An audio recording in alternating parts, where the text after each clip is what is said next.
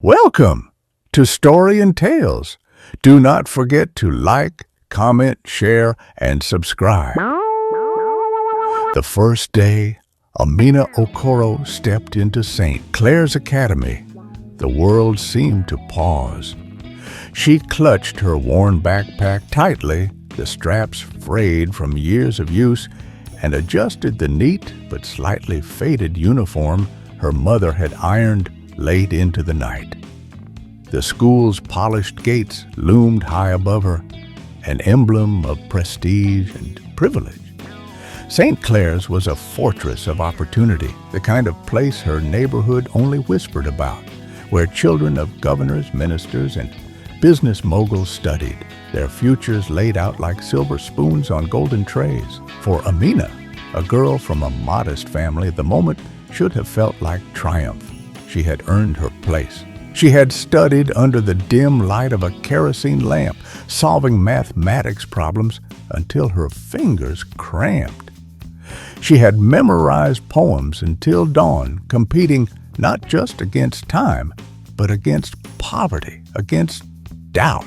And she had come first in the entire region, her scores undeniable. She deserved to be here. But the moment she walked into the courtyard, she felt the weight of eyes upon her. Groups of students stood in polished clusters, their laughter echoing against the tall walls. Their uniforms looked newer, brighter. Their shoes reflected the sun like mirrors. And then there was her, skin dark as midnight, eyes that carried both fire and fear. Standing alone, the whispers began almost immediately. Who's she? She doesn't look like she belongs here. Probably some charity case. Amina kept walking, her head high, though her stomach twisted. She told herself the same thing she had told herself 100 times before. I am enough. I deserve this.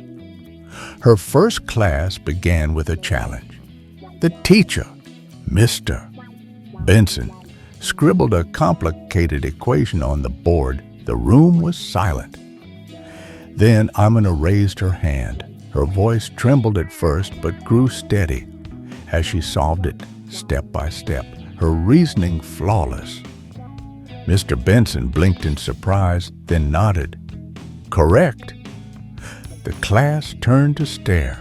Among them was Claire Montgomery, the headmaster's daughter. Claire, with golden hair and ocean blue eyes, was the unchallenged star of Saint. Claire's beautiful, admired, envied. She was used to being the best, or at least being seen as the best.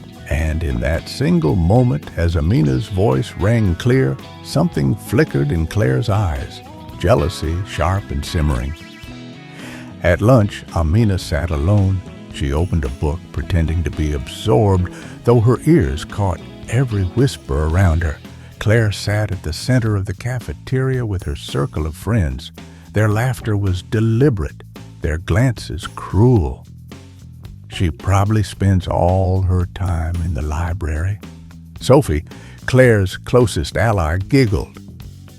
Of course she does, Claire replied smoothly. What else could she do? Not like anyone would want to sit with her. The table erupted in laughter. Amina's heart pounded, but she didn't look up. She swallowed the bitterness, the sting of isolation, and buried herself deeper into her book. Days turned into weeks, and the hostility grew sharper. Notes vanished from her locker. Rumors spread that she was cheating. Teachers, uncomfortable with addressing the cruelty head-on, pretended not to hear the taunts about her skin.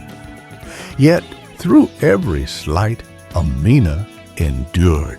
She poured her pain into her studies, filling notebooks with ideas, equations, and essays. Her mind became both her shield and her sword. Then came the announcement that would change everything. National Science and Innovation Fair. Winner receives a full scholarship abroad. The poster gleamed on the notice board, its words like a beacon. Amina's heart leaped. This was more than a competition.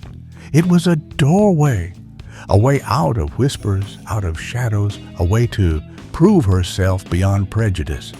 She signed up immediately. So did Claire. From that moment, the rivalry became open war. Claire mocked her openly in class.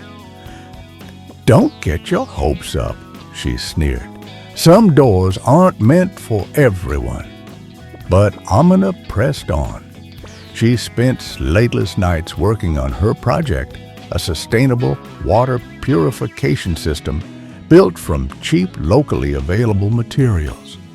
It was inspired by her village, where children often fell ill from drinking contaminated water.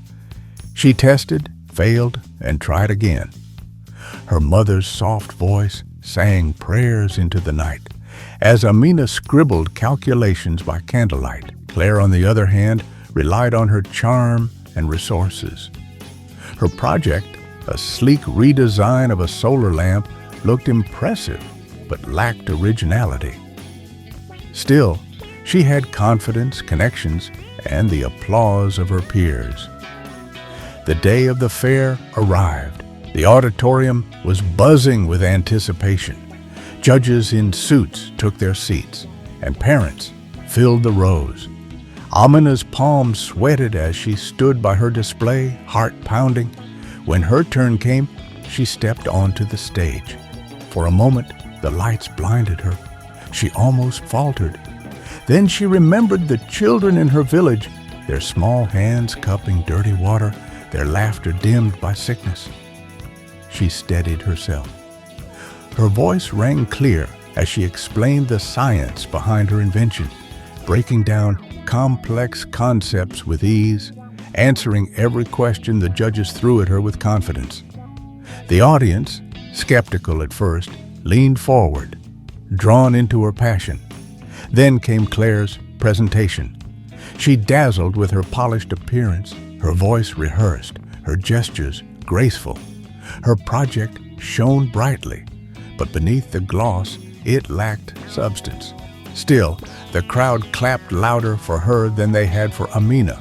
The judges withdrew to deliberate. Whispers filled the hall. "Claire's father will make sure she wins. That other girl doesn't stand a chance." Minutes stretched into eternity. Amina's heart thudded painfully in her chest. She braced herself for disappointment, for the familiar sting of injustice. Then the head judge returned to the microphone. His voice was steady, firm. "The winner of the National Science and Innovation Fair is Amina Okoro." The hall went silent. Then applause erupted, first hesitant, then thunderous. Amina stood frozen, tears brimming in her eyes. She had done it. Against all odds, she had done it. Claire's face was pale, her smile forced, her eyes burning with disbelief. In the days that followed, as Amina prepared to leave for her scholarship abroad, Claire cornered her in the hallway. Her voice shook. I wanted to say I'm sorry." Amina raised an eyebrow. "Sorry for what?" Claire swallowed hard. "For everything. I was jealous. You worked harder than anyone, and I hated that you shined brighter than me. I tried to break you. But you're extraordinary." Amina didn't smile, but she nodded. "I forgive you. But remember this, Claire. Greatness doesn't come from pushing others down. It comes from lifting yourself up." Years later, the world would know the name Dr. Amina Okoro, the scientist who revolutionized access to clean water across Africa. She stood before presidents, her ebony skin glowing under the spotlight, celebrated as a pioneer, and among the crowd at one of her lectures sat Claire, now older, applauding with tears in her eyes. forever haunted by the memory of how she once tried to dim a star that was destined to shine. Amina's journey was proof that even in the harshest shadows of prejudice, brilliance could rise, unstoppable like the sun. Like, comment, share, and subscribe for more stories.